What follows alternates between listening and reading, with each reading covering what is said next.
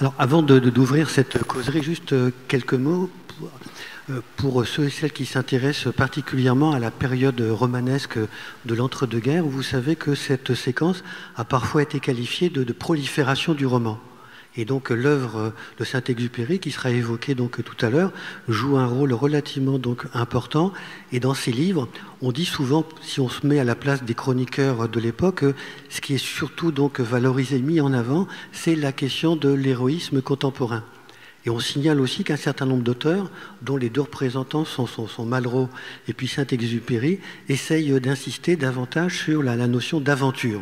Mais avec une particularité que va développer tout à l'heure Léon Dubois, cette particularité, c'est qu'on parle d'aventure pacifique. Alors, au cours de la période de l'entre-deux-guerres, avec la montée des totalitarismes, bon, l'expression est peut-être à retenir.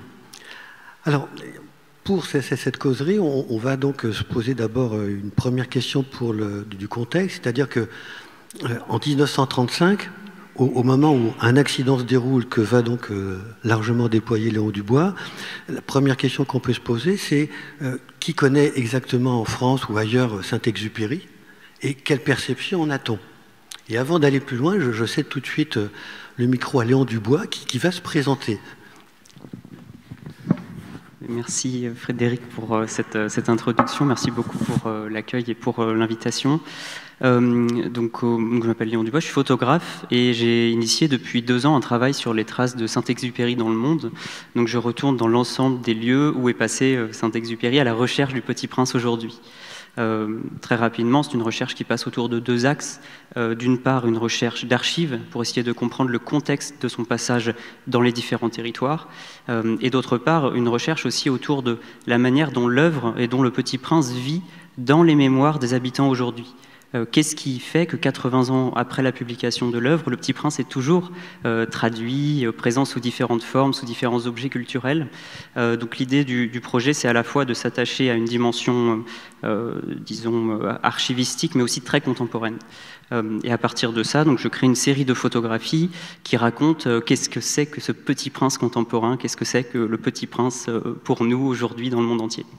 Une première exposition aura lieu, je fais l'annonce dès maintenant, à partir d'octobre 2024 avec la médiathèque de Poitiers, ainsi qu'un colloque avec l'université.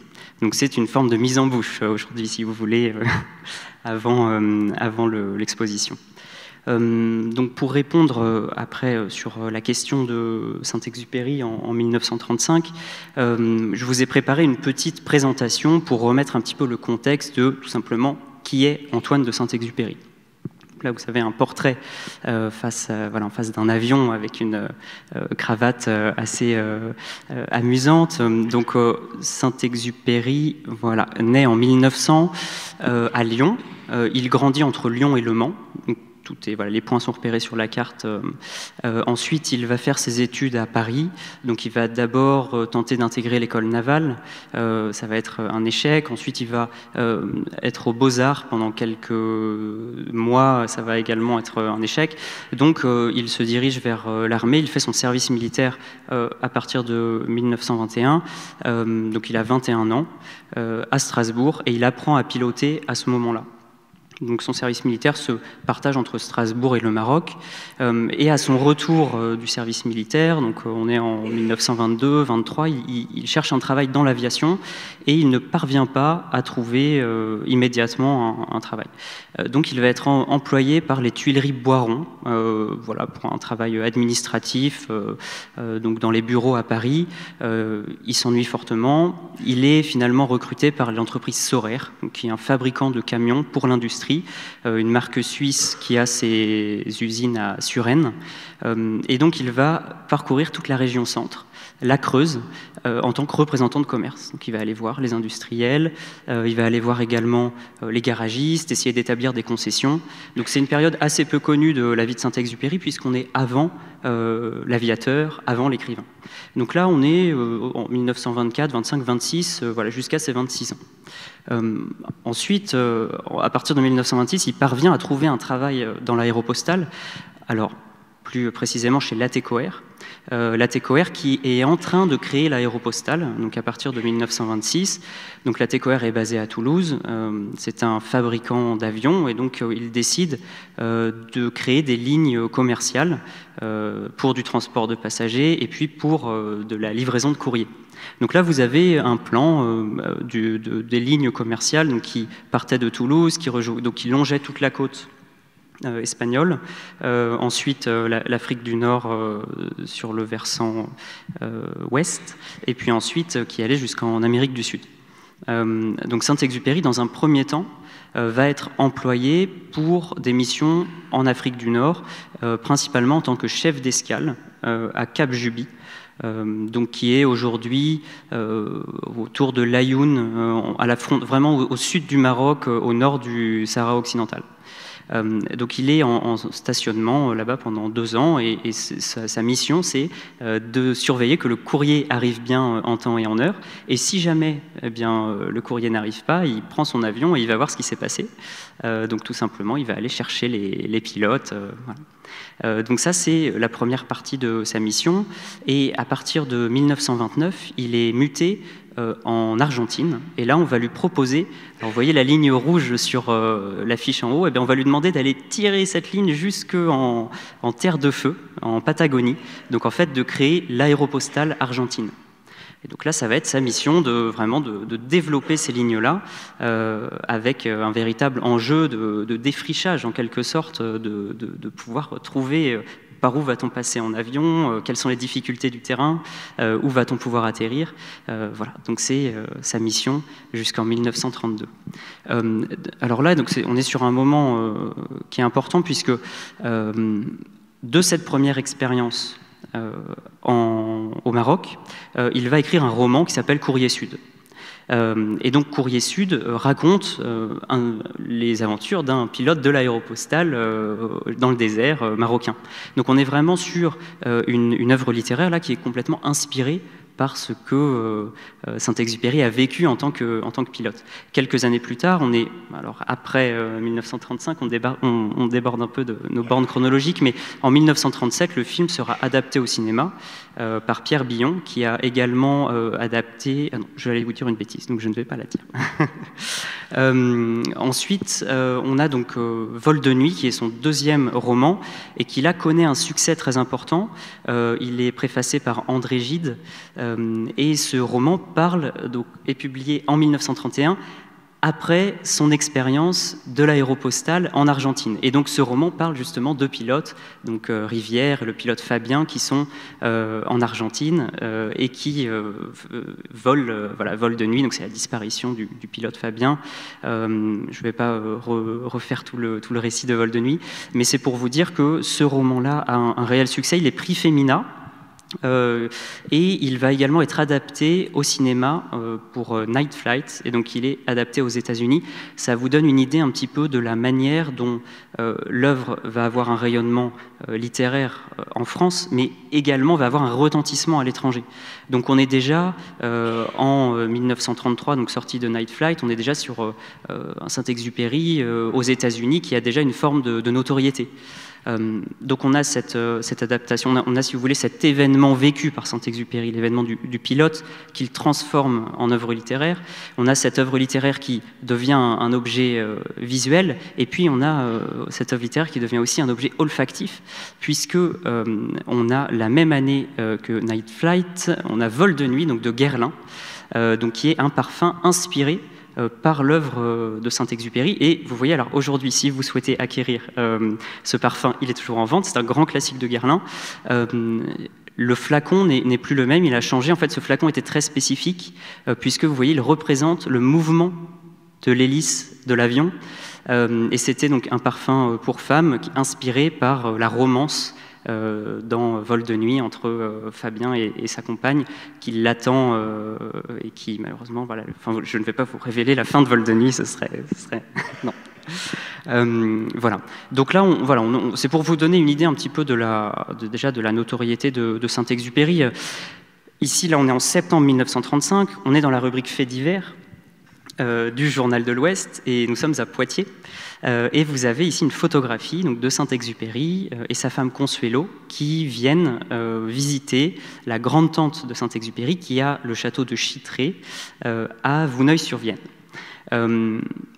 Là, c'est intéressant parce que finalement, l'événement, c'est quoi? Là, il n'y a pas vraiment d'événement, c'est-à-dire que c'est Saint-Exupéry qui passe par l'aéroport pour aller à un dîner chez sa grande-tante.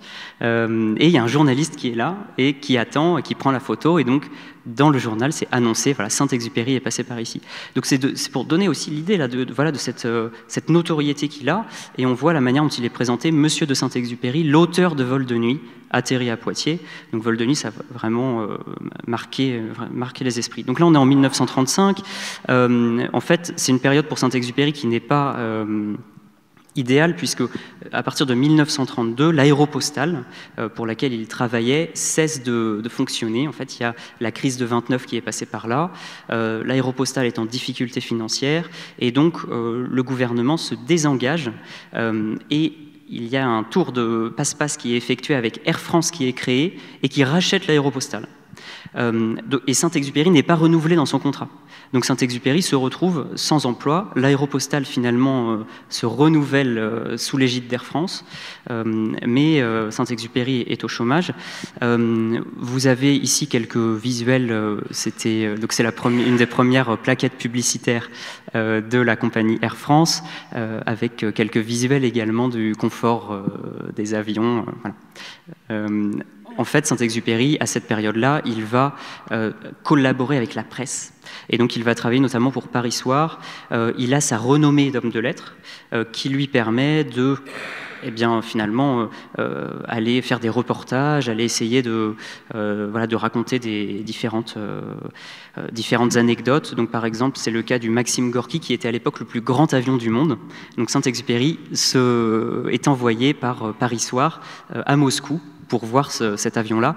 Et quelques mois plus tard, donc là on est en décembre 1935, et quelques mois plus tard, cet avion-là, le plus grand avion du monde, se crache. Et donc on a dans la rubrique faits divers, encore une fois, la catastrophe du Maxim Gorki, et on revient sur ce reportage qu'avait fait Saint-Exupéry.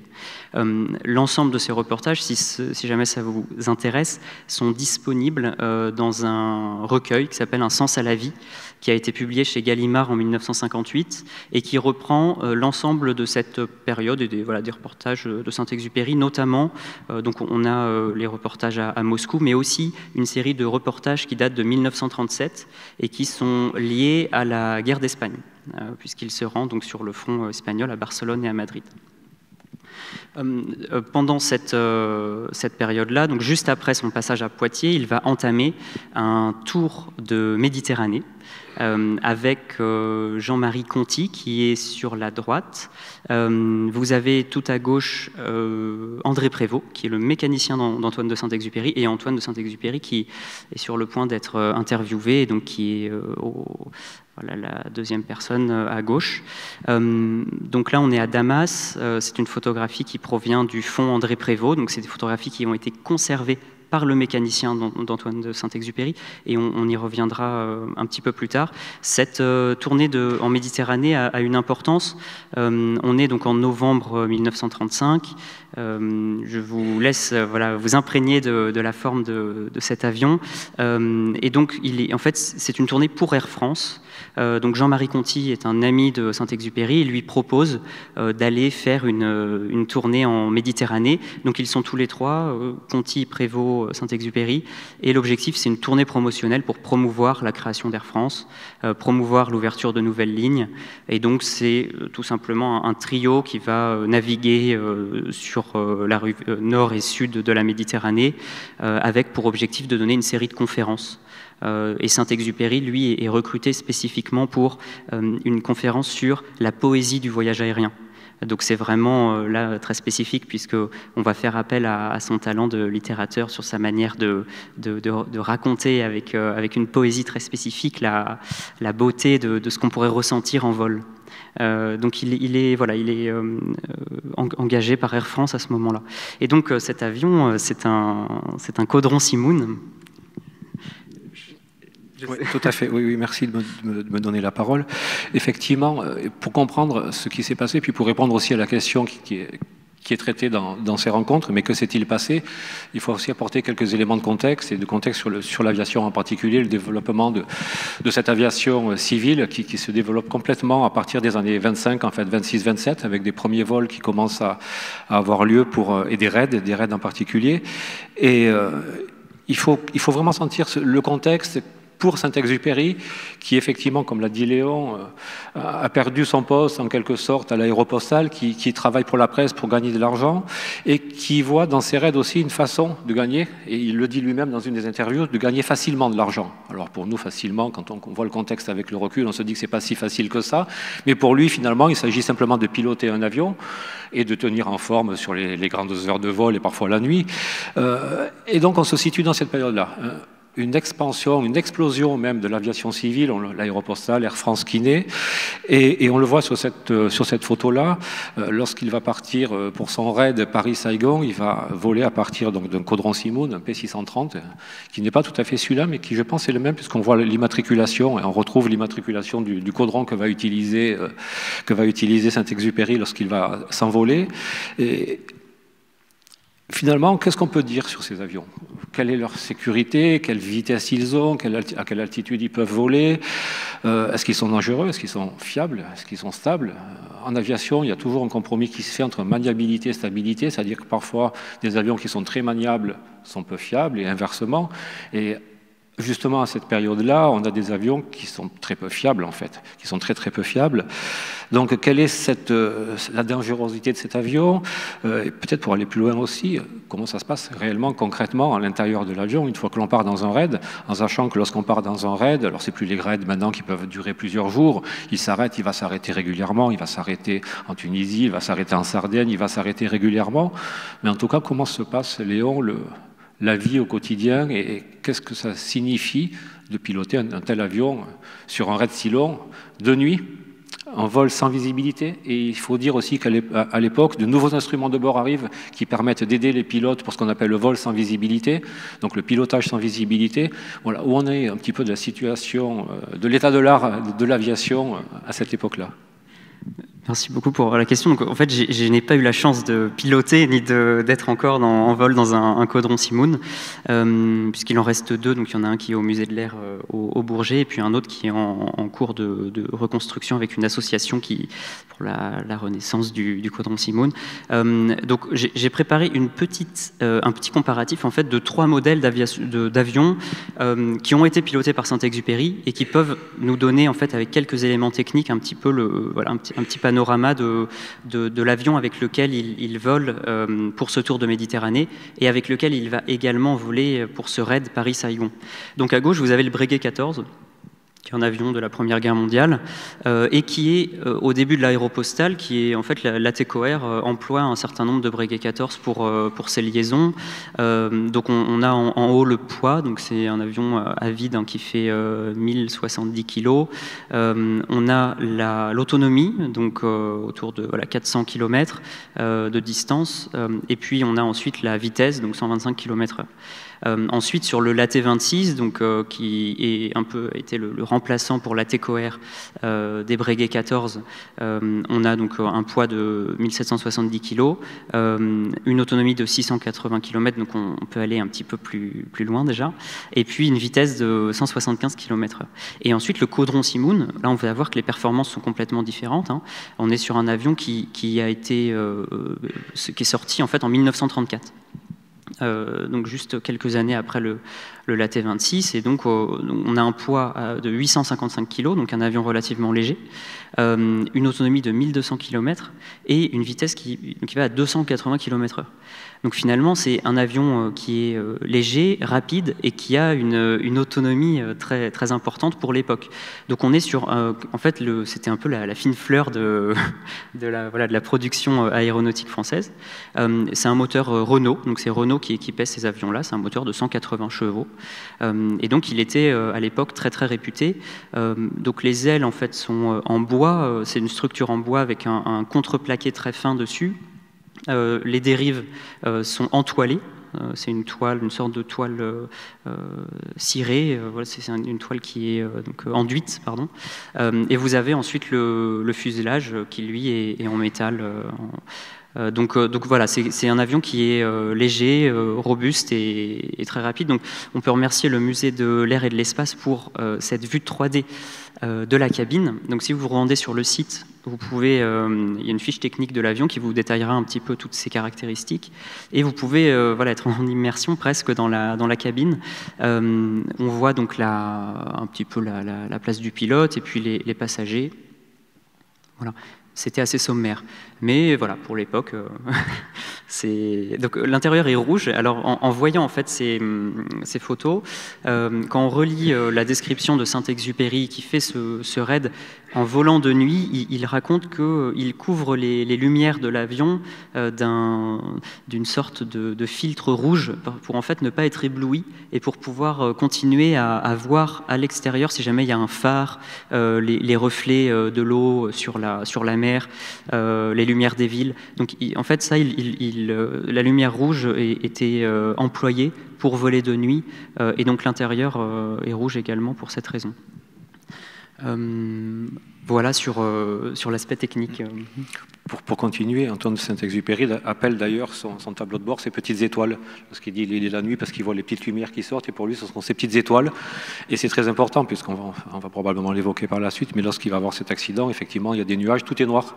Et il mentionne qu'il est vraiment en hauteur et en dessous de lui, dans une espèce d'espace vide. Il n'y a plus que ces petites étoiles-là qui sont pour lui un guide en quelque sorte.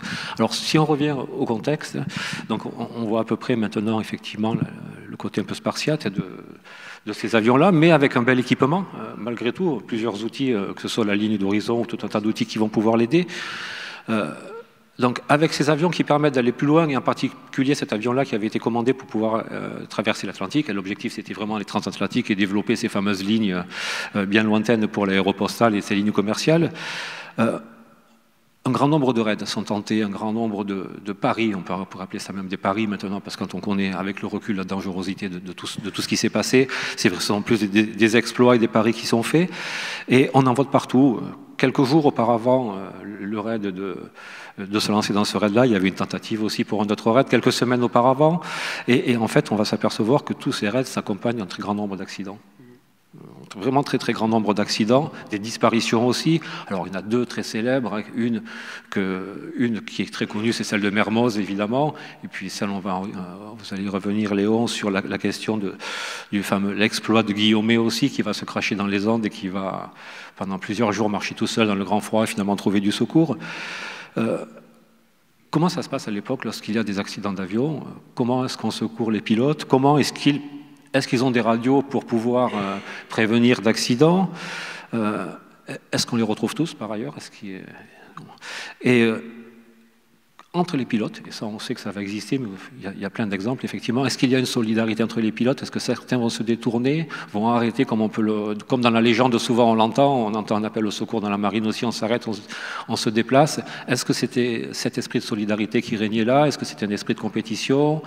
Et voilà, le contexte aussi sur tous ces raids et surtout ces disparitions, ces grands pilotes qui ont disparu, parce qu'ils sont très nombreux effectivement à avoir disparu en l'air. Oui, donc c'est le cas par exemple d'Henri Guillaumet le 13 juin 1930, donc qui se crache en effet dans les Andes. Donc si on reprend un petit peu par rapport à ce qu'on a vu juste avant sur les bornes chronologiques, donc 1930, on est à l'époque où Saint-Exupéry est en Argentine et en train de développer cette ligne de l'aéropostale argentine. Et donc Guillaumet était un collègue, un camarade de Saint-Exupéry. Donc quand Guillaumet, par exemple, disparaît, donc il s'écrase dans les Andes, dans la neige, on a quelques images là, et en fait, il va marcher en effet pendant 5 jours, donc au début, il va rester près de son avion, et puis voyant qu'aucun secours ne vient, il décide de partir vers l'est, de marcher toujours tout droit, et puis il finit par être retrouvé in extremis en 1900, voilà, on est en 1930, 31. Ah, pardon, j'ai fait une erreur sur le diapo. 1931. Et donc, voilà, on a ce risque, bien sûr, autour du crash. Et donc, il est retrouvé par des villageois qui le recueillent. Et Saint-Exupéry, en fait, pendant ce temps, en effet, toutes les forces de l'aéropostale étaient mises pour essayer de retrouver Guillaumet. Donc, les pilotes voilà, quadrillent la zone, etc. Mais ne le retrouvent pas. Et donc, Saint-Exupéry, quand il apprend que Guillaumet a été retrouvé, c'est le premier, bien sûr, à arriver avec son avion et donc à le récupérer. Voilà. Donc, après, sur l'idée disons, d'un appel à l'aide et de se détourner de sa trajectoire, je pense qu'en fait, le maillage aéronautique, il n'y avait pas un nombre d'avions très important à l'époque qui permettait, comme aujourd'hui, voilà, s'il y aurait un appel à l'aide qui permettrait de se déplacer. Donc, il y avait des recherches qui étaient lancées, donc on va le voir un petit peu dans le cas de Saint-Exupéry, de son crash qu'on va aborder juste après. Mais bon, les recherches, disons, étaient, je pense, fastidieuses. Voilà. On peut peut-être évoquer rapidement les instruments de bord, et en particulier pour anticiper sur le crash, un instrument de bord qui lui manquait. Sa radio. Voilà, c'est un élément important. Pour avoir plus de place dans l'habitacle, il n'avait pas pris sa radio. Voilà, alors il avait son Sperry Horizon, donc, qui était une innovation à l'époque, donc, qui permettait de savoir un petit peu le tangage, c'est ça? Le tangage. Voilà, le tangage, de l'avion. L'horizon, la fameuse boule qu'on voit, qui permet de nous indiquer si l'horizon est à plat ou si l'avion est en tangage ou en roulis. Voilà. Alors, on va glisser maintenant donc véritablement vers le fait divers, parce que l'accident de 1935 est véritablement présenté comme un fait divers. Ça fait véritablement donc la une de toutes sortes de périodiques. Alors là, vous le savez maintenant, puisque c'est la dernière journée des rencontres Michel Foucault, donc le fait divers a été médiatisé, donc jadis en France par le Petit Journal, et là, comme ça a été présenté tout à l'heure par un périodique qui était très important à cette époque, c'est Paris Soir, qui atteint donc le million de lecteurs et qui est en fait la plus grande réussite journalistique de l'entre-deux-guerres. Et c'est un journal qui se veut véritablement populaire, donc souvent sur des questions qui fâchent, justement pour ne pas susciter un véritable tollé. Il présente un avis pour, un avis contre, et il laisse à ce moment-là les lectrices et les lecteurs choisir en fonction de ces deux points de vue. Alors évidemment, là, c'est une particularité parce que les faits divers qui sont plus particulièrement donc sollicités, primés, affichés, c'est des faits divers criminels. Alors ceci dit, on aime bien aussi les catastrophes et on présente parfois des accidents de la route, des accidents de chemin de fer, mais l'accident d'avion, c'est un petit peu malgré tout une nouveauté. Alors comment c'est présenté? Alors, on peut aussi signaler que ce n'était pas évidemment le premier accident d'avion de Saint-Exupéry, puisque dans la correspondance avec sa mère, qui est publiée en format de poche, et si pendant le week-end ou à l'issue de cette soirée, vous avez un sentiment de vacuité, bon, n'hésitez pas, précipitez-vous sur ce petit livre qui est en format de poche, et bien dans sa correspondance avec sa mère, il dit, bon ben voilà, en 1931, voilà, je me suis craché, j'ai eu un accident, et c'est présenté un petit peu comme une anecdote. Bon, quelque chose qui ne mérite pas davantage qu'on s'apesantisse dessus. Et donc là, 1935, ça prend une dimension particulière, absolument donc spectaculaire, et comment la machine s'est mise en marche. Donc, en effet, donc en 1935, on est sur donc le retour de Saint-Exupéry de ce tour de Méditerranée que j'évoquais tout à l'heure. Donc, Saint-Exupéry fait ce tour de Méditerranée avec le Caudron Simoun. Et là, se rend compte que l'avion fonctionne très bien. Son mécanicien aussi, André Prévost, est au point sur cet avion-là. Et donc, sur le chemin du retour de Méditerranée, se dit, eh bien, André Prévost, préparez l'avion, nous allons faire le raid Paris-Saigon. Donc ce raid Paris-Saigon, c'était en fait un peu un challenge du ministère de l'Air qui proposait un prix à celui qui arrivait à battre le record de vitesse qui était détenu par Japy en 98 heures et quelques. Et donc l'objectif, c'était de pouvoir battre ce record-là avant le 31 décembre 1935. Et donc là, Saint-Exupéry, il rentre fin novembre, il rentre à Paris, et donc il demande à André Prévost de préparer cet avion pour que ce soit prêt pour un départ. Et donc ils partent le 29 décembre. Donc c'est un départ qui est annoncé dans la presse. Donc vous voyez, là on a un extrait de l'Excelsior du 26 décembre 1935, où Saint-Exupéry annonce qu'il veut tenter de battre le record Paris-Saigon, avec donc le même avion qu'il vient de pratiquer pendant plusieurs semaines. Donc Saint-Exupéry contre le record Paris-Saigon. Et on voit également un petit peu plus bas qu'on a Farabeau-Klein contre le record Paris-Tananarive. Donc là, on est dans la rubrique aviation, et on voit qu'il n'y a pas uniquement Saint-Exupéry qui fait ce record-là. On est dans une période où c'est, je ne vais pas dire courant, mais il y a un certain nombre il y a un développement très fort de l'aviation, de l'aéronautique, et on cherche aussi des performances en termes de vitesse, et donc on a régulièrement des raids qui sont organisés.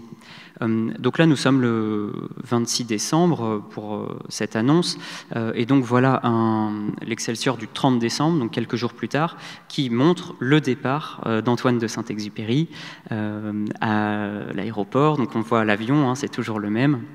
On a le côté un petit peu people où il embrasse sa femme, et puis on a donc Paris-Saigon par Antoine Saint-Exupéry à l'assaut d'un record. L'aviateur et écrivain qui tente de faire mieux que Japy a quitté le Bourget hier matin et a fait l'escale l'après-midi à Tunis, d'où il est reparti pour le Caire.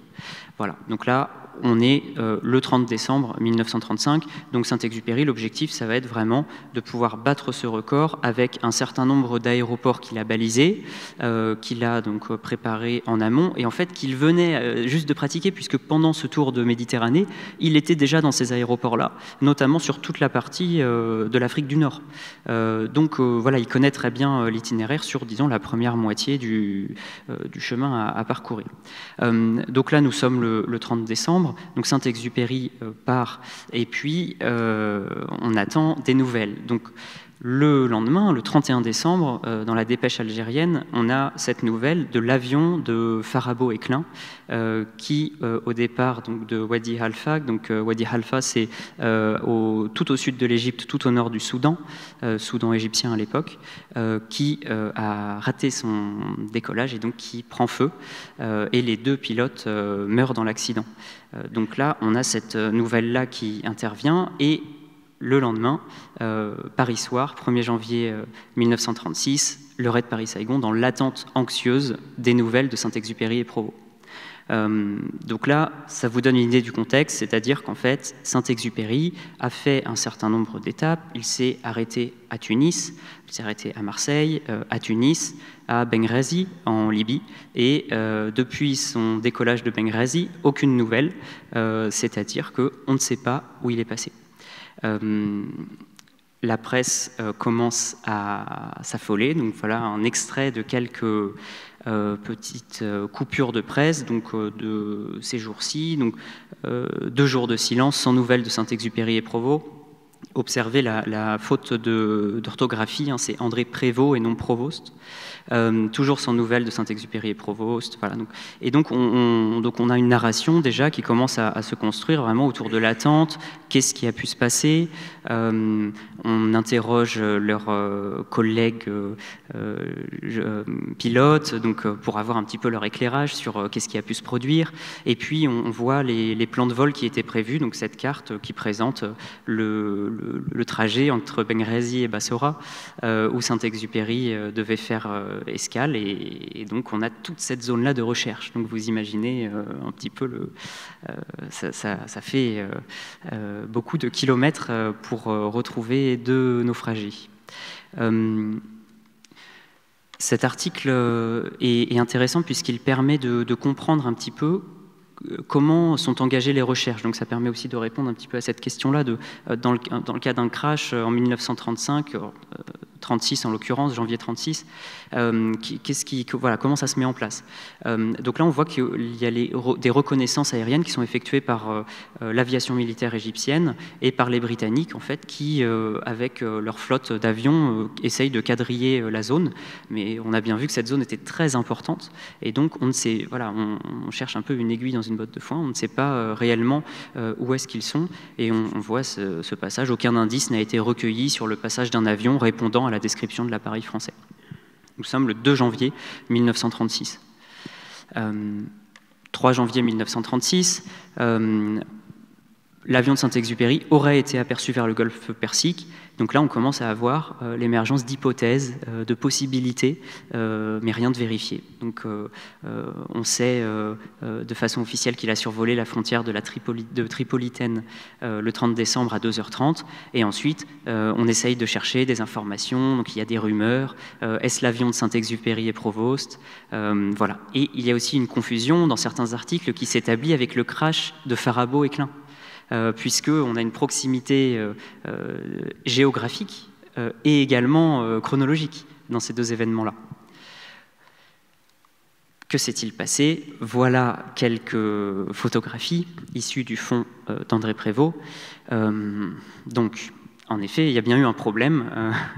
Donc, il y a eu un crash dans le désert, en Égypte, entre Alexandrie et Le Caire.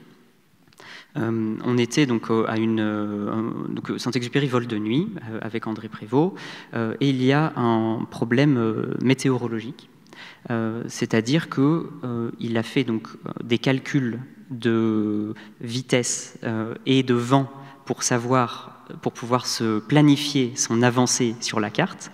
Donc voilà, avec un vent d'eau à telle vitesse, je devrais pouvoir être là à tel moment. Et en fait, il s'avère qu'il avait un vent de face, et donc il était beaucoup moins avancé que ce qu'il pensait. Il y avait en effet des nuages, donc il se dit, je vais descendre en dessous des nuages pour essayer de me repérer, essayer de voir si je vois un phare, la lumière des villes, quelque chose, et en fin de compte, il se retrouve au niveau du sol et il s'écrase. Donc on voit que l'avion n'est pas complètement explosé, il ne plonge pas à la perpendiculaire du sol. C'est finalement, on ne peut pas dire un atterrissage, mais on est vraiment sur un crash qui est en fait à une forme de roulis avec des petits cailloux qui sont dans cette zone-là du désert. Donc l'avion roule presque sur le sol, mais est évidemment suffisamment endommagé pour être voilà, hors de, il ne peut plus fonctionner. Voilà, ça c'est radical.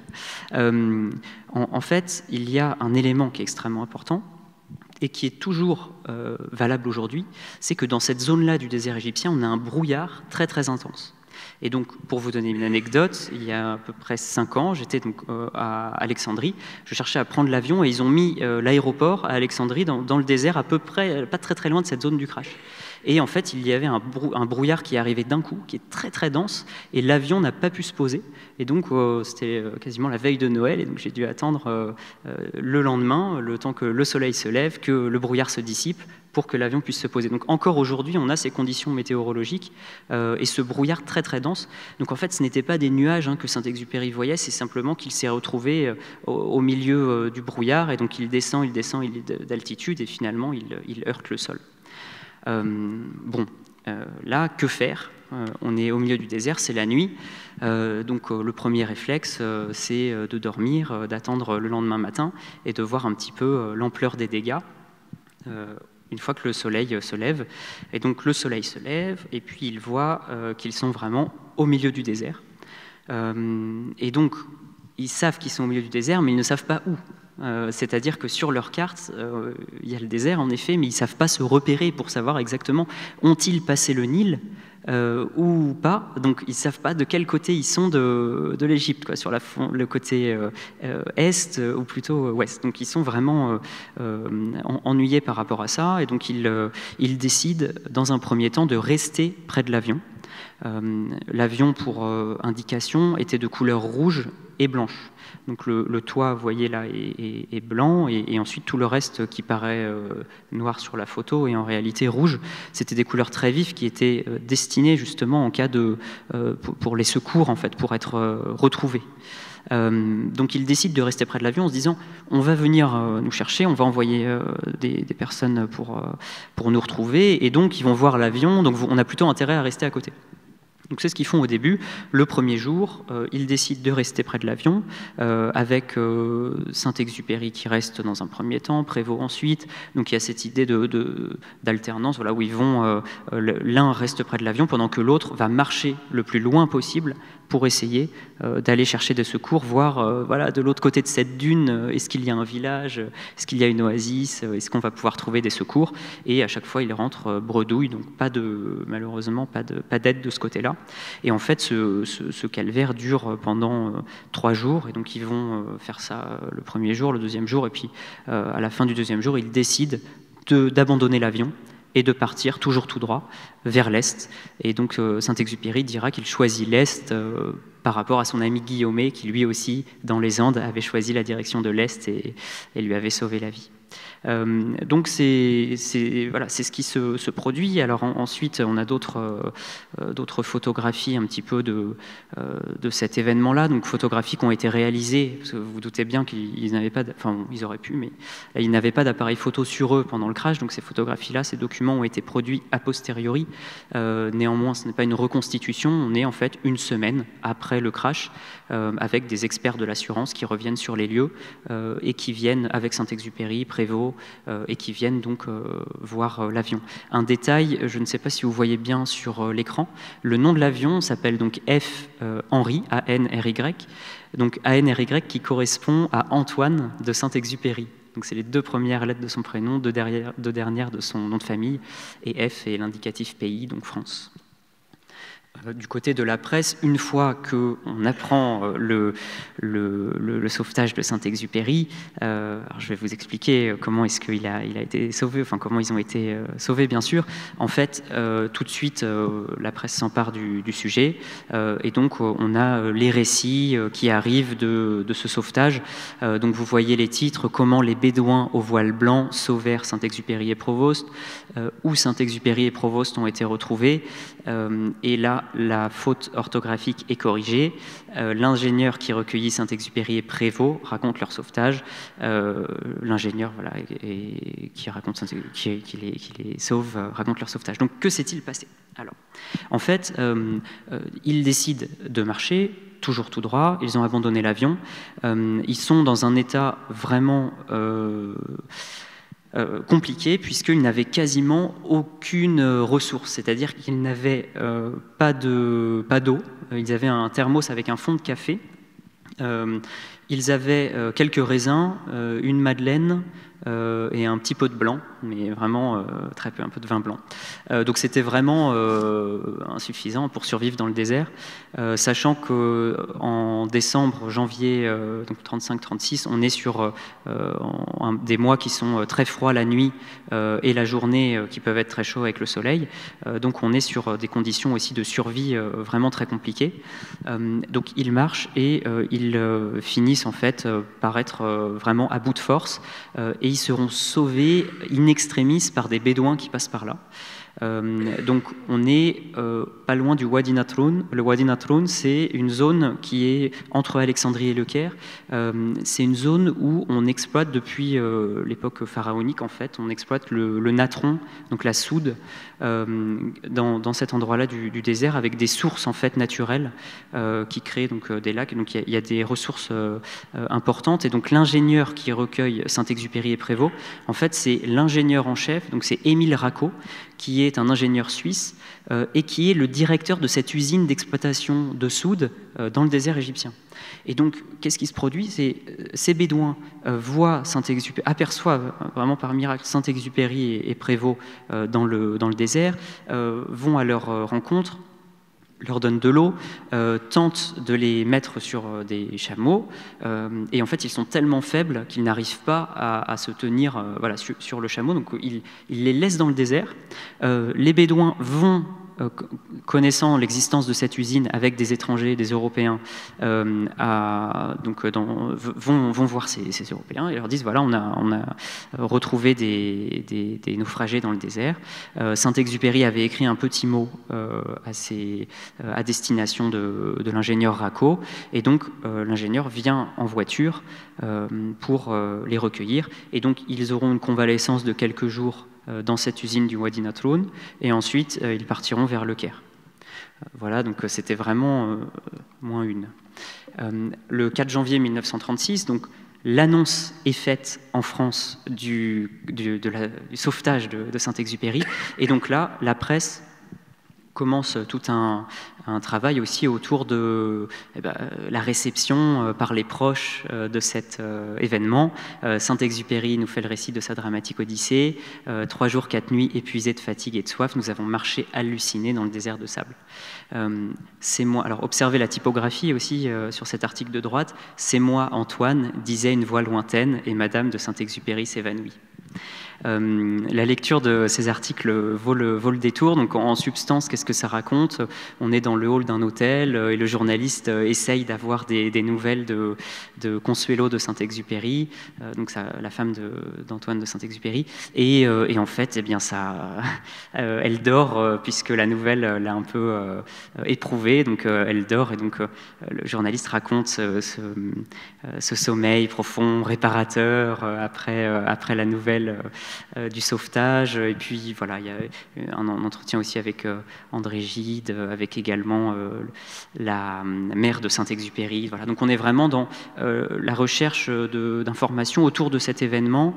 On demande aussi, donc vous voyez en bas à gauche, les proches d'André Prévost au téléphone en train d'attendre des nouvelles du Caire pour savoir comment il se porte. Sur cet article-là, on est le 7 janvier 1936, Saint-Exupéry est au Caire, et donc il est accueilli par un certain nombre de personnalités, que ce soit des diplomates, des personnalités égyptiennes, etc. Donc là, il est dans des salles des grands hôtels, etc. Et donc là, on est vraiment sur... il est en train de préparer la suite, c'est-à-dire pour lui le rapatriement de cet avion, puisqu'il ne souhaite pas que l'avion reste dans le désert. Là, si vous voulez, sur ce moment un petit peu on a un moment entre deux en fait avec les proches qui racontent les nouvelles parce qu'on n'a pas encore d'image du crash. Et les images ne vont apparaître que vers le 10 janvier avec ces deux parutions le même jour dans l'Excelsior et dans Paris Soir avec les premières photos de l'avion. Donc, qui sont prises avec ce retour que j'évoquais tout à l'heure des assureurs sur le lieu, une photo des Bédouins, voilà, et puis quelques informations supplémentaires sur le lieu du crash. L'avion sera ensuite rapatrié, donc Saint-Exupéry rentre, l'avion lui rentrera quelques semaines plus tard à Marseille, et donc il sera d'abord extrait du désert, amené à Alexandrie, mis sur un bateau, le Champollion, qu'il ramènera à Marseille. Donc vous avez à droite la photographie de l'arrivée de l'avion à Marseille. Ici, donc, vous avez un moment qui est extrêmement important puisque ce moment du retour de Saint-Exupéry est central. Il est central pourquoi? Parce que, notamment sur cette photo, enfin sur ces deux photos, en fait, qui sont au même moment. C'est simplement un angle différent. Vous avez le micro qui est donc sur la photo de gauche, tout à gauche, et vous avez à droite le micro qui est face à Saint-Exupéry. Donc là, en fait, c'est une conférence de presse. Saint-Exupéry arrive par bateau depuis Alexandrie, sur le bateau Kawsar, et donc il arrive le 21 janvier 1936. Il est en fait accueilli par une foule de journalistes, par Consuelo, sa femme, donc, qui est à côté de lui, et il va faire une allocution, il va raconter ce crash dans le désert. Ce qui est extrêmement intéressant ici, c'est que ce n'est pas une allocution spontanée. Vous voyez, il a dans les mains un papier, et en fait, il est en train de lire un texte. Et donc ce texte, c'est le récit de son crash, c'est déjà un texte préparé. Ce n'est pas quelque chose qu'il fait pour raconter rapidement aux journalistes qui lui est arrivé. C'est un vrai récit Voilà. Et en fait, je vous propose qu'on l'écoute, puisqu'on a la chance que cet enregistrement-là ait été conservé par l'Institut national de l'audiovisuel. Donc on a les articles de presse, on a les photographies, mais on a aussi le son. Donc on va écouter un court extrait. En raison de l'absence de lune et de radio, je décidai donc de mettre le cap sur le milieu du segment de droite Caire-Alexandrie, de façon à être accroché malgré les dérives inconnues subies par les lumières de l'une ou l'autre de ces villes, ou, plus généralement, par celles de la vallée du Nil. Ma vitesse de croisière s'élevant sans vent à 280 km/h au régime que j'avais choisi, je comptais sur une vitesse moyenne de plus de 300 km/h, c'est-à-dire à une durée de vol de 3h45 maximum pour un parcours de 1000 km environ. Vers 1h du matin, je rencontrais des cumulus. À partir de cet instant-là, je naviguais de façon presque continue à l'intérieur des nuages. Je ne voyais le sol qu'à travers les étroits couloirs qui les séparaient, mais ce sol était obscur. Je fis des tentatives infructueuses pour me dégager des nuages, soit en montant, soit en descendant, puis continuer sans m'en préoccuper, espérant aboutir rapidement à du ciel clair. Après 4h15 de vol, j'estimais qu'il y avait de fortes chances pour que le Nil fût dépassé. Vu l'escamotage des lumières aux nombreux nuages traversés, bien qu'auparavant j'avais espéré que les couloirs intermédiaires constitueraient des trouées suffisantes. Je ne pouvais dès lors poursuivre sur une ligne droite qui risquait fort de me jeter contre les pentes du Sinaï, ni aborder le désert d'Arabie sans correction préalable d'une dérive inconnue subie pendant plus de 4 heures. Devant avoir déjà atteint, même par vent favorable nul, les côtes zéro de la vallée du Nil et de sa suite immédiate, je décidai de me laisser glisser sous les nuages après avoir viré plein nord, de façon à recevoir dans ma fenêtre de gauche, les feux des villes que je supposais avoir dépassés. C'est au cours de cette manœuvre, et déjà hors des nuages, à la cote 400 de mon altimètre, à la cote réelle de 300 environ, que j'emboutis le sol. Voilà, donc là on est sur le récit de son aventure. Vous voyez, il est vraiment en train de lire le texte, il se reprend à certains moments. Donc c'est important, pourquoi? Parce que là, on a le passage de l'aviateur, de l'expérience vécue du vol et du crash, à l'homme de lettres, en fait. Là, il est en train de raconter son récit, son crash de manière littéraire. Donc ça, c'est vraiment quelque chose qui est intéressant, d'autant plus lorsqu'on regarde les notes d'André Prévost, qui lui aussi prend en note et raconte ce crash, mais lui avec son regard de mécanicien. Et donc là, on a un regard qui est complètement différent sur l'événement, qui est de l'ordre de la technique. C'est-à-dire que pour André Prévost, lui, ce qui est terrible, c'est que son avion soit cassé. L'avion qu'il avait préparé pendant des semaines, qu'il avait mis au point, il avait vraiment tout réglé, tout fonctionnait à merveille, et en fait, il se crache pour cause météorologique. Alors, pour lui, c'était vraiment terrible. Donc, en fait, on a vraiment deux regards, et je pense que le regard d'André Prévost est très intéressant, puisqu'il permet aussi de replacer le regard de Saint-Exupéry, et aussi de replacer toutes les sources qui nous parviennent, puisqu'en fait, tous les articles de presse qu'on a évoqués, finalement, sont le relais du récit littéraire de Saint-Exupéry. Donc on est sur un moment qui est pour moi très important, et d'autant plus que ce crash fait appel à un imaginaire très fort. On va y venir juste après. Donc Saint-Exupéry rentre à Paris, et là arrive un nouvel événement, enfin pas événement, mais un nouvel aspect de ce crash, c'est l'exclusivité du récit. Et donc là, il réserve en exclusivité à l'intransigeant le récit de son crash. Et donc vous voyez, on a un article uniquement pour ça. Saint-Exupéry réserve en exclusivité à l'intransigeant la publication du récit de sa dramatique aventure. Et donc il va faire le récit de cette aventure-là pendant une semaine en une de l'intransigeant, qui avait un tirage exceptionnel à l'époque. Donc on est vraiment sur, si vous voulez, un événement exceptionnel, et aussi un suivi finalement de cet événement-là dans le temps, qui s'étale, qui ne se cantonne pas à l'événement du crash, mais qui ensuite a une forme de durée et de développement, en fait, de développement littéraire. Donc ce texte-là qu'il écrit dans le bateau, il va ensuite c'est ce texte qu'il va modifier, qu'il va détailler et reprendre pour cette série de Une pour l'intransigeant. Donc c'est vraiment une série, c'est-à-dire que tous les jours on avait un nouvel article qui racontait la suite du crash. À partir de cette série de publications, il va publier Terre des Hommes, donc Terre des Hommes dans le chapitre 7, qui lui va raconter là aussi ce crash. Donc je vous conseille de le lire. Vous avez donc toutes les informations sur le crash. Et donc là, c'est là aussi un texte qui est repris à partir de ces premières moutures réalisées donc sur le bateau. Voilà.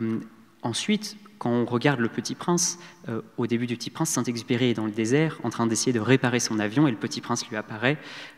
Comment ne pas penser à cet épisode-là du crash dans le désert égyptien, notamment lorsque l'on regarde Courrier Sud, inspiré par son expérience au Maroc, Vol de nuit, inspiré par son expérience en Argentine, donc toujours l'expérience vécue qui inspire l'œuvre littéraire. Le Petit Prince, voilà, le point de départ du Petit Prince, c'est peut-être ça. Ensuite, alors si vous avez l'envie de relire le chapitre 7 de Terre des Hommes, vous pourrez retrouver également un renard. Enfin voilà, je n'en dis pas trop, puisque vous pourrez retrouver des points communs avec le Petit Prince. Donc j'évoquais juste avant l'idée de la représentation. Si vous voulez, ce crash, c'est un côté fascinant parce que il est très connu. Il se crache dans le désert, il disparaît, on ne sait pas ce qui lui arrive, et finalement il réapparaît, sauvé par des bédouins, après 3 jours de marche dans le désert. Donc il y a un côté vraiment de l'ordre du héros, du miraculé. Et donc, comment ne pas penser également à Tintin, qui paraît donc en 1941, Le Crabe aux pinces d'or. Tintin et le capitaine Haddock sont dans leur avion. Il y a donc là aussi un orage. Ils se crachent en plein milieu du désert. Ils errent pendant quelques jours et ils sont sauvés par des bédouins. Donc on est sur un imaginaire aussi du crash, du héros et de la survie qui pour moi est quelque chose de très, très intéressant. Ensuite, en 1996, il y a aussi le film Le Patient anglais qui raconte le crash d'un aviateur anglais dans le désert égyptien également et sa longue marche pour sa survie. Voilà. Alors évidemment, donc là c'est l'accident donc le plus connu à l'époque, mais il en existe un autre dont vous avez bien sûr trace dans la mémoire, c'est-à-dire c'est le dernier accident, celui qui se produit donc en 1944, avec là toutes sortes d'hypothèses qui ont été émises. Alors évidemment, on peut aussi supposer que l'opinion publique, globalement, donc, était assez sereine en disant bon, c'est pas la première fois, donc Saint-Exupéry va nous revenir.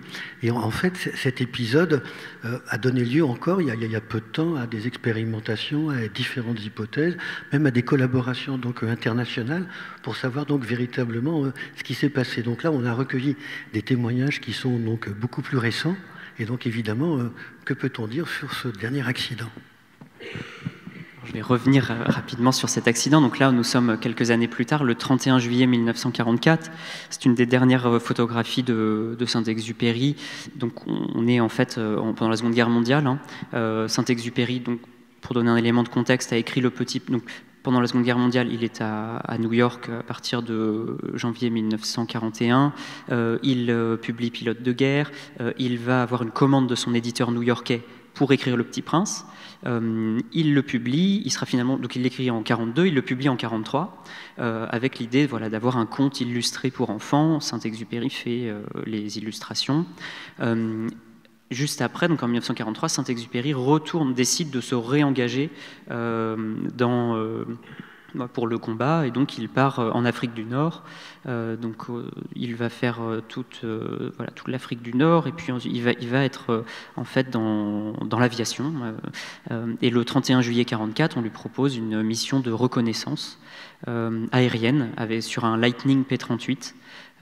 Donc vous aurez un visuel de l'avion juste après. C'était un avion américain. Donc là, on était plus autour des 600 km/h, pour vous donner une échelle par rapport au Caudron Simoun qui allait à 280.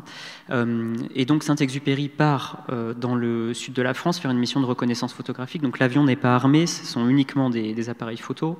Et en fait, il ne revient jamais. Il disparaît. Et donc là, évidemment, que s'est-il passé ? De la même manière qu'en 1935, en janvier 1936, on se demande où est-ce qu'il est passé, eh bien là, on se dit peut-être que voilà, peut-être qu'il est parti dans un autre pays, peut-être qu'il a eu un accident, peut-être qu'il a été fait prisonnier. Voilà, donc on ne sait pas. Néanmoins, il va rapidement être déclaré mort pour la France, puisque par rapport au carburant disponible dans l'avion, aux possibilités de retour, etc., l'état-major estime que voilà, il est perdu et donc il est rapidement déclaré mort pour la France. Donc en fait, on reste sur cette disparition avec un certain nombre d'hypothèses. Dans les années 50, on a encore des lettres d'amis de la famille, d'amis de la mère de Saint-Exupéry qui lui écrivent et qui disent peut-être qu'il serait en Amérique du Sud, voilà, qui espèrent toujours un retour de Saint-Exupéry, qui ne revient pas, ou qui revient en quelque sorte sous une autre forme en 1998. Des pêcheurs au large de Marseille sont en train de pêcher et ils remontent dans leur filet un morceau de métal, ils frottent et ils voient cet élément brillant et c'est la gourmette d'Antoine de Saint-Exupéry. Alors,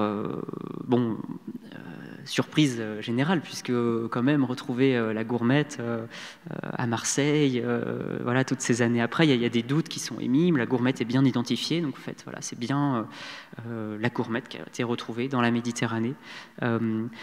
En fait, ça va mener à l'idée de plonger, d'aller se dire, Saint-Exupéry a bien disparu ici, au large de Marseille, on va entamer des recherches pour essayer de retrouver l'avion.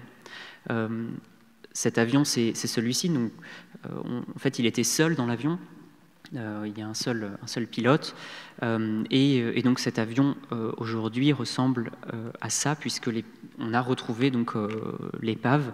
Donc, il y a eu une authentification de cette épave-là avec les numéros de série présents sur la carcasse qui ont permis d'authentifier ce modèle spécifique d'avion, cette fabrication très spécifique et donc de relier au registre de vol de Saint-Exupéry et de voir que c'était bien son avion sans qu'il n'y ait de traces, voilà, c'est plusieurs décennies sous l'eau, donc voilà, sans qu'il y ait de traces du corps de Saint-Exupéry.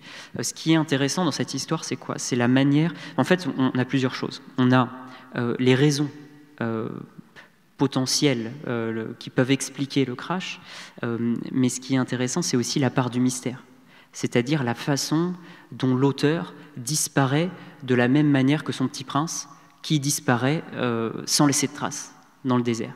Imaginez, Le Petit Prince, c'est le dernier livre que Saint-Exupéry vient de publier en 1943. Il disparaît l'année après, en 1944. En France, en 1945, c'est la fin de la guerre. Saint-Exupéry n'est plus là. Le Petit Prince est publié en 1946 pour la première fois. Et que découvre-t-on à la fin de l'œuvre ? Eh bien, la disparition, sans laisser de traces, du Petit Prince. Donc, si vous voulez, il y a une forme ici de mélange, de flou qui opère entre le réel et la fiction. Et c'est là où la disparition de Saint-Exupéry, pour moi, avec mon regard de photographe, se passe d'explication. Parce que ce qui est intéressant, c'est la façon dont le réel vient s'entremêler avec la fiction, dont l'histoire du Petit Prince vient rejoindre celle de Saint-Exupéry et inversement. Voilà pour ce passage. Donc voilà, le mystère, pour le moment, reste entier. Et donc c'est sur ce mystère que nous allons pouvoir ouvrir le débat. Donc les questions sont ouvertes. Hein, si vous avez des précisions à demander, je n'ose pas dire des témoignages, mais donc voilà, c'est vous qui avez la parole.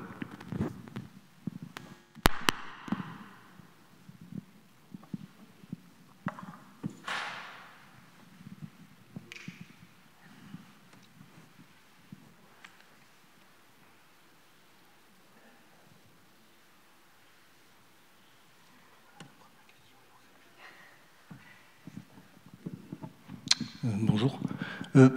Concernant sa disparition finale, a priori, il était en très mauvaise santé à l'époque. L'armée de l'air avait d'ailleurs refusé son engagement. Bon, ça a été accepté parce qu'à l'époque, on ne pouvait rien refuser à quelqu'un comme Saint-Exupéry. Donc après, sur sa mort, il y a l'hypothèse a priori qu'il ait été abattu par des Allemands, c'est quasiment écarté. Donc il resterait effectivement cette idée que Saint-Exupéry avait l'idée de suicide depuis quelque temps. Il a laissé d'ailleurs quelques notes ou quelques écrits à ce sujet-là, où par rapport à l'époque, il était déçu à la fois par les événements et par les hommes de l'époque, même par Charles de Gaulle, je crois bien. Donc, je ne sais pas, qu'est-ce que vous pensez de l'idée de suicide, en fait, qui semblerait quand même celle qui serait la plus probable, quoi. Alors, vous me demandez d'expliquer le mystère, ce qui est d'une Ouais, complexité sans pareil.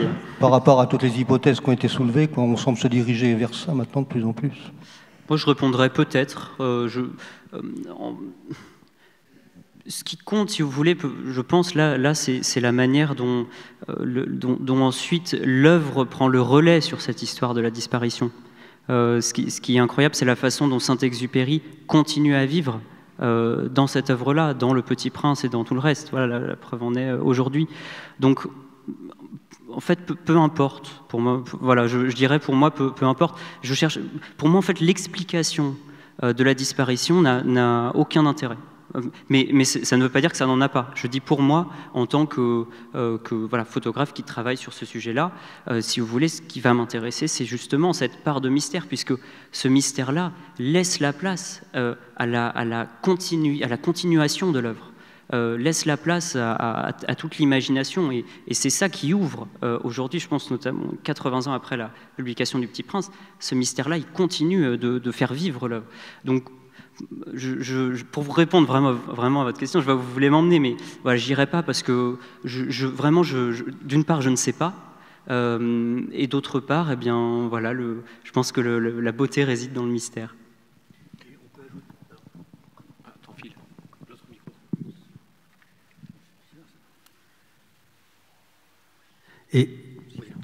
Et on peut aussi ajouter simplement que les grands faits divers, ceux qui restent dans la mémoire collective, ce sont les faits divers qui gardent toujours une part de mystère. C'est-à-dire qu'ils ne sont jamais totalement élucidés.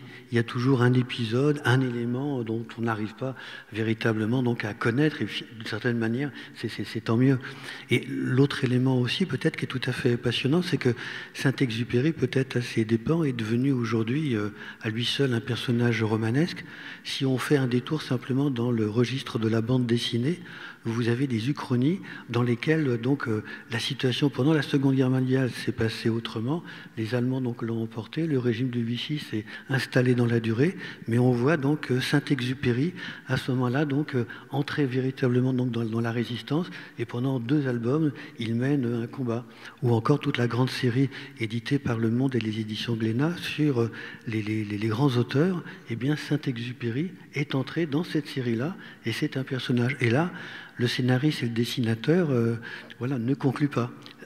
À la fin, ça reste un mystère. L'avion disparaît, mais comment, pourquoi voilà. C'est aux lecteurs, aux lectrices, avec leur intime conviction, si je peux dire, de résoudre cette équation. Alors peut-être une autre question, une autre interrogation. Peut-être un petit point juste avant pour emmener quelques éléments. Ce qu'il est vrai effectivement qu'il y a une incertitude sur les conditions de sa disparition, sur la cause. On a malgré tout un soldat allemand qui a indiqué que c'était lui qui avait descendu l'avion, et ça a a priori été validé compte tenu de ses états de service, de son calendrier, de ce qu'il faisait. Pour l'anecdote, on ne sait pas, on n'a pas de certitude, mais pour l'anecdote, ce que disait ce soldat allemand, c'est que s'il avait su que le pilote était Antoine de Saint-Exupéry, si jamais c'est lui qui est véritablement l'auteur des tirs qui ont fait sombrer l'avion, il a dit qu'il n'aurait jamais tiré. Donc ça renvoie aussi cette idée, cette image qu'avait Antoine de Saint-Exupéry, ce héros qu'il y avait dans les esprits à la fin de la guerre, avant même que le Petit Prince n'apparaisse. C'est surtout ça qui est très intéressant, c'est de noter que finalement ce sont ses premiers écrits qui à l'époque font d'Antoine de Saint-Exupéry la personnalité que l'on connaît, et que nous, lorsqu'on repart sur l'analyse de Saint-Exupéry, on est complètement hanté par le Petit Prince, alors que jusqu'à la disparition de Saint-Exupéry, la publication du Petit Prince, ce n'est pas cet aspect-là qui met en avant le caractère héroïque, ou on ne sait pas trop comment le qualifier d'ailleurs, d'aventurier en tout cas de Saint-Exupéry. Et effectivement, on n'est pas sûr, on n'est tout à fait pas sûr que cet Allemand-là, que cet Allemand, ce soldat allemand, soit à l'origine des tirs. C'est aussi très facile de s'attribuer quelque chose comme ça, mais il y a quand même des éléments un petit peu concrets qui sembleraient indiquer que ça pourrait vraisemblablement être le cas. On reste dans le vraisemblable.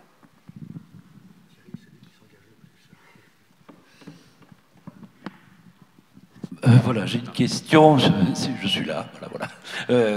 Vous avez parlé tout à l'heure donc de la retransmission à la radio, hein, de la lecture faite par Saint-Exupéry, mais justement par rapport donc alors, on voit bien dans les journaux le suivi quotidien, les feuilletons et autres. Qu'est-ce qu'il en est par rapport à la transmission dans les radios? À l'époque, pas de télé bien sûr à l'époque, mais à la radio quoi, publique, ou est-ce que y avait le même suivi, le même engouement? Alors, pour être tout à fait honnête, je n'ai pas étudié entièrement voilà, les retransmissions radio, d'une part parce que c'est moins accessible, en fait, ces sources-là sont moins accessibles que les sources de presse qui, elles, sont numérisées. Ensuite, je saurais, à vrai dire, je saurais pas vous dire, voilà, pour le côté radio. Ce qui est sûr, c'est que pour qu'il y ait voilà, cet enregistrement et qui nous parvienne aujourd'hui, voilà, ça montre l'importance de l'événement. Si je peux apporter un élément par rapport aux sources, pour rester dans cette veine-là de votre question, il y a une source donc, qui n'a pas été étudiée non plus et qui va être la suite en fait, du projet à partir du mois de janvier. Là, ça va être l'étude des sources de presse arabophones.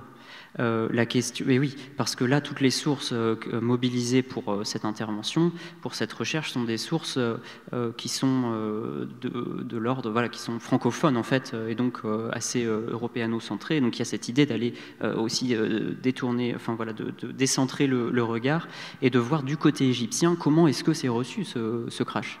Est-ce qu'on en parle? Est-ce que Saint-Exupéry en Égypte en 1935 a déjà une renommée? Voilà. Pourquoi je ne peux pas répondre à votre question? Aussi parce que ce projet, c'est aussi une recherche en cours. C'est-à-dire que c'est un projet qui a commencé il y a 2 ans, qui va jusqu'en 2026 pour les 80 ans de la première publication du Petit Prince en France. Et donc, étape après étape, voilà, j'essaye d'agrémenter. Donc, je regarderai, merci pour la nouvelle piste, je regarderai pour cette question radiophonique. Je sais pas, je peux peut-être poursuivre juste pour vous donner une idée un petit peu de là où va le projet, simplement sur cette image, puisque la question n'a pas été posée, peut-être que vous l'aviez en tête, mais il y a quand même une question autour du lieu du crash. C'est-à-dire ce crash dans le désert, c'est où? Parce qu'en fait, il y a un côté assez fascinant, on se dit c'est le désert, donc c'est le désert. C'est-à-dire que c'est très grand, mais on ne sait pas vraiment où dans le désert. Donc en fait, la question, pour moi, ça a été où est-ce qu'il s'est crashé véritablement? Donc la réponse, voilà, c'est vrai que c'est assez facile comme ça. Donc là, donc j'ai pu effectuer une triangulation à partir des différentes sources, c'est-à-dire à partir du récit de Saint-Exupéry, que ce soit le récit radiophonique, de ses textes dans Terre des Hommes, également du récit d'André Prévost, des récits des journalistes. Donc à partir de toutes ces sources-là, j'ai pu croiser le lieu du crash et donc voir exactement où est-ce qu'il est allé. Parce qu'en fait, dans les mesures qui sont données à l'époque, quand on dit voilà, il a marché 200 km, etc., si vous voulez, ils ont additionné l'ensemble des kilomètres parcourus. C'est-à-dire que, vous vous souvenez, ils restent près de l'avion et ils vont voir de l'autre côté de la dune, ils marchent une journée entière, ils reviennent à l'avion, etc. Donc en fait, ils ont additionné tout ça pour atteindre ce nombre de 200 km.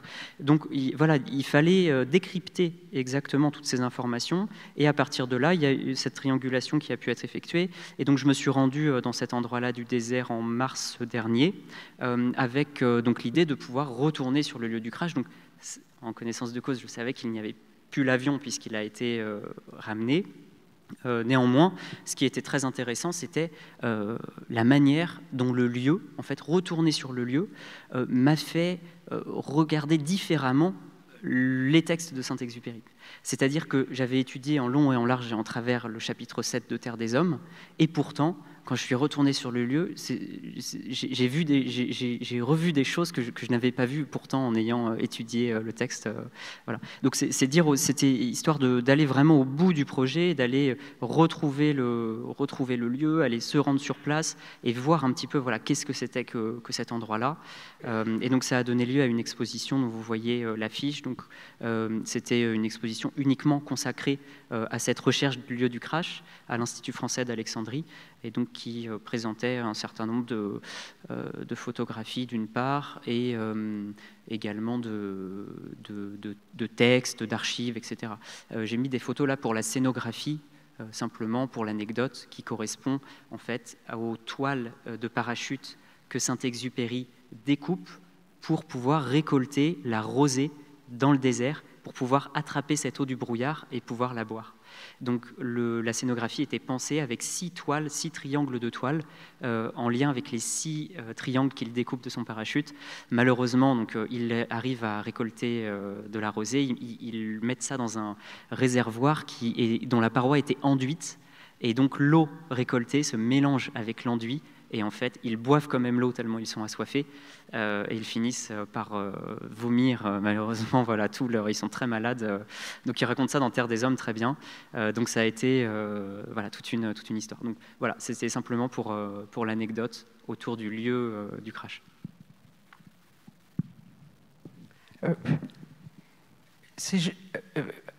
Voilà, je voulais vous remercier parce que je ne pensais pas que je me passionnerais pour ce qui vient de se passer.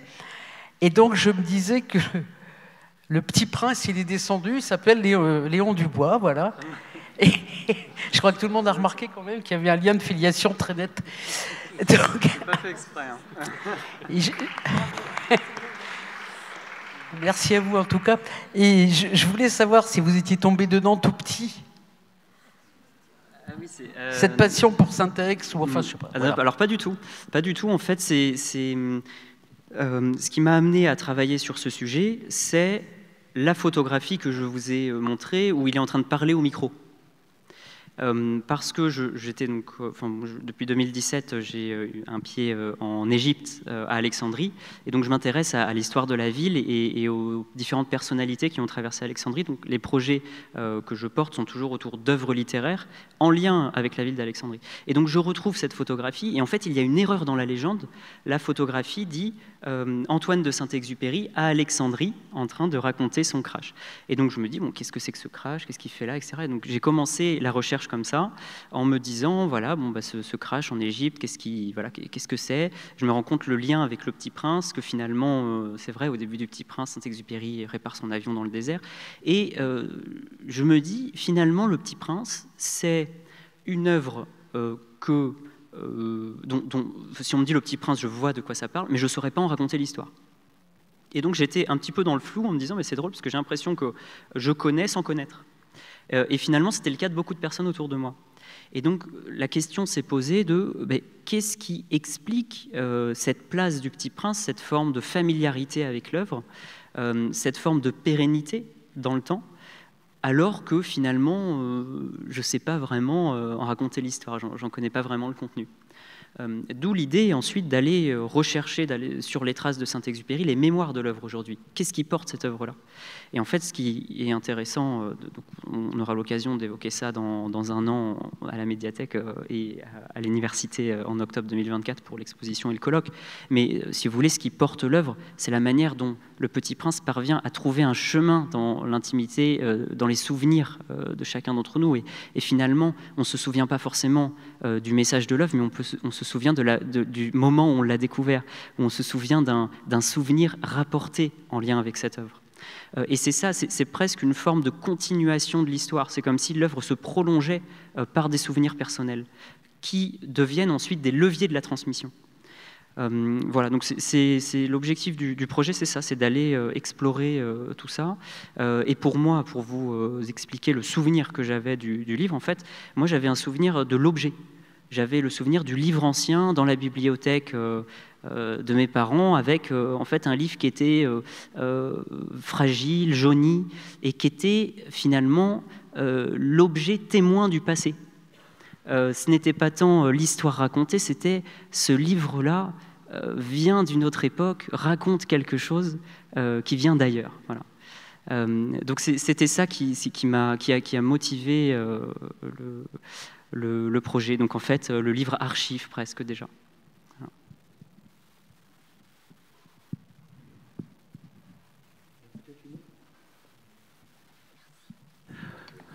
Une dernière Peut-être une dernière question après cette révélation au Léon Dubois et donc la réincarnation du Petit Prince. C'est plus difficile évidemment de poser une question, mais peut-être y a-t-il encore un pan à explorer.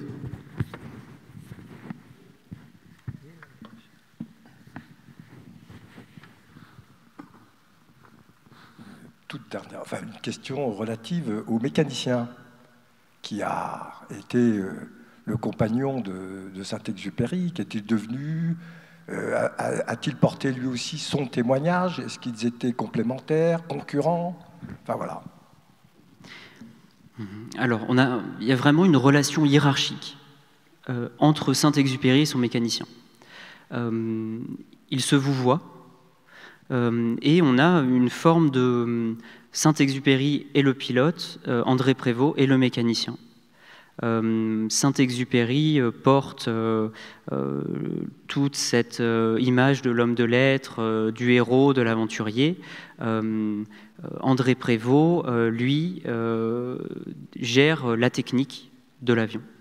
Les rôles sont très définis. Lorsqu'on regarde le regard d'André Prévost sur l'événement, notamment dans son journal, je ne sens pas d'amertume par rapport à ça. Mais voilà, les places sont définies. Voilà. Ensuite, pour ce qui est de la suite, il y avait aussi une forme de fidélité entre les deux. C'est-à-dire que André Prévost, en fait, Saint-Exupéry a une confiance totale en André Prévost. C'est un mécanicien d'exception. Il est là pour le Tour de Méditerranée. Il est là pour le raid Paris-Saigon. Saint-Exupéry va retravailler avec lui en 1938 pour un raid jusqu'en Terre de Feu, donc en Amérique du Sud. Ils vont se crasher à Guatemala City en 1938.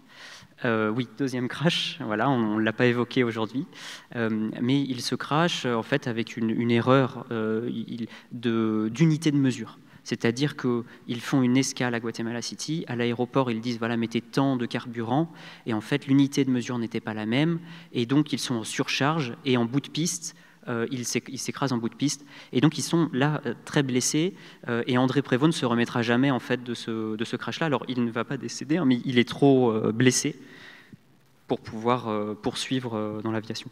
Ensuite, il va donc se retirer et il va donc aller à Mehun-sur-Yèvre, dans la région centre, où il va décéder et il va léguer à sa famille, enfin vraiment dans une boîte à chaussures, quelques souvenirs qui ne sont pas des moindres, puisqu'on a un morceau de l'avion du crash en Égypte, on a la gourde qu'il a conservée de cette errance dans le désert, on a des photographies, et puis on a, trésor ultime, son regard, c'est-à-dire ce journal et ce regard de mécanicien sur l'événement, qui est finalement le seul regard que l'on puisse mettre en écho avec celui de Saint-Exupéry, puisque ce qui se passe dans le désert n'appartient qu'à eux. Ce sont les deux seuls qui peuvent raconter ce qui s'est passé. Le mystère tient à eux deux. Et donc, en fait, ce carnet n'avait jamais été retranscrit, d'une part parce qu'il est assez illisible, c'est-à-dire qu'il est écrit à la main, il a été écrit à la fin de la vie d'André Prévost, c'est vraiment griffonné. Donc pendant ce temps d'exploration du lieu du crash, une de mes missions, c'était aussi, mon choix, c'était de pouvoir retranscrire ce carnet de bord. Et donc j'ai pu faire la retranscription, et il raconte, lui, son regard autour du crash, de l'attente. Donc on a vraiment après deux regards, le regard du mécanicien, le regard du pilote sur cet événement. Donc ça, c'est vraiment, je pense, au-delà de la gourde, de l'objet, du morceau d'avion, des photos, je pense que le plus précieux, c'est ça, c'est ce regard de Prévost.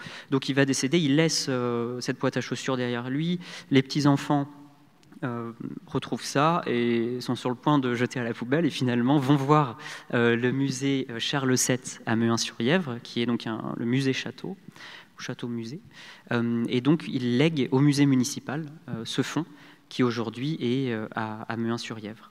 Voilà. Merci beaucoup. Merci beaucoup, Léon. Donc, on va suivre maintenant donc, les recommandations. On va s'arrêter là. Merci beaucoup pour toute cette présentation et le fait de nous avoir fait revivre comme ça donc, tout ce trajet, cette aventure. Merci. Merci beaucoup. Merci, Léon. Merci beaucoup.